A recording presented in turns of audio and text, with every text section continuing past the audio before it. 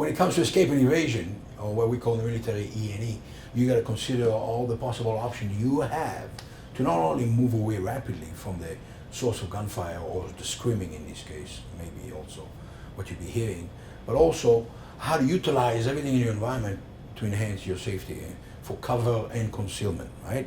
Cover is something that can stop a bullet, and concealment is something that can hide you but will not stop a bullet. So in most offices, there's very little cover, but possibly quite a few places you could hide behind. So we're going to go to this corridor right now as if we're evacuating it, and I'll show you how to use cover and concealment as we move. I'll also show you how to move, because you do not want to move in the middle of the corridor, exposing yourself to any shooter that may be moving or roaming around. You want to utilize the wall in this fashion, either on this side of the wall or on that side of the wall, and move along the wall in a low crouch position. What you also want to make sure you do is you do not want to move as a group, because if you suddenly confront the shooter, it's like shooting into a group of people and all of you are going to get hurt at the same time, and that's not good. You want to move in single file, one at a time, okay? Keeping about 10 to 20 feet away from each other. And as adults, we can do that. We can coordinate our movement that way. So basically, you follow the person who is ahead of you and make sure you keep them in your line of sight, so you know when they're making a corner, that's your time to move and make that corner and so on and so forth until you're outside the building. You know, obviously, you need to know where you're going. You need to know where is your escape route, clearly.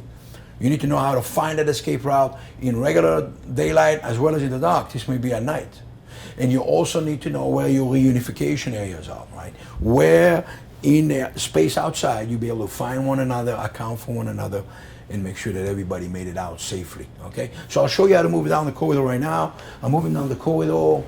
I'm utilizing this as a concealment. It's not a cover, obviously, but as a concealment just to make sure nobody's on that side. And I keep moving around. And I'm going to this side now because I want to make sure nobody's on that side. I'm looking at that door, and then I'll make it out once I clear that there was no one over there, right? So it's kind of a methodical type of way of moving. You don't want to just run down that corridor without knowing what's ahead of you and who is behind you in some cases as well, right? Because there may be more than one shooter. So you could be escaping from one shooter in one direction, running right into the line of fire of the other shooter, and that's not something you want to do, right? Now, in addition to that, you may get caught in the open. You may end up running down a corridor, escaping along the wall, to realize, whoa, there's a shooter right there, or the shooter just made that door and he's going to shoot you. At that point, you take whatever available hiding, cover, safe area that you could find. So the nearest room becomes your safe room. You would enter it, you would go inside, you would barricade. Even though the shooter saw you and may try to enter the room after you did, you still have a lot more chances of surviving in there with a little bit of time to barricade, rather than trying to continue to outrun the shooter down this corridor where he can't miss you by shooting you in the back.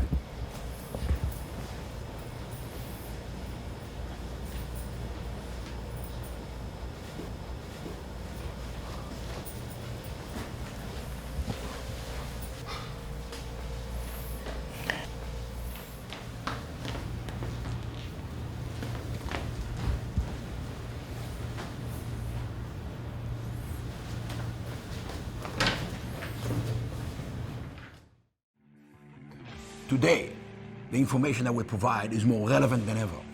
This is why we've developed this new program called TAC, Tactical Advantage Course. The Tactical Advantage program was designed to teach you how to survive the threat of active shooter mass violence, IED and bombs, and kidnapping, no matter where you are, at home, work, or while you travel.